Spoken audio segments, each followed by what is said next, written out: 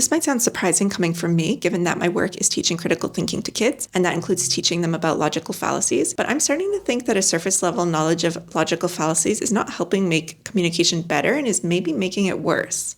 By logical fallacies, I mean informal fallacies, things like ad hominem, appeal to nature, appeal to emotion, and so on. When people first learn about fallacies, it's often through one or two examples, maybe a definition, and then they start identifying these so-called fallacies every time they hear something that even resembles them. For example, someone starts crying during an argument and expressing their feelings, and they get accused of the appeal to emotion fallacy.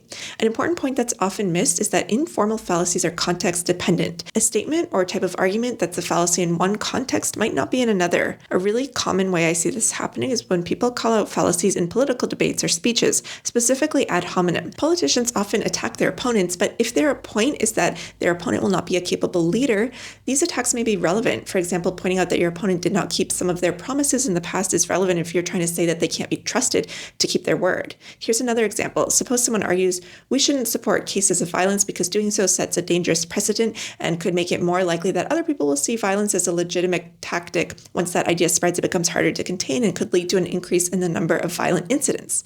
This is a slippery slope argument, but that doesn't necessarily mean it's a fallacy. Some slopes really are slippery, and not all slippery slope arguments are fallacies. Can you think of any other examples of fallacies being over-identified?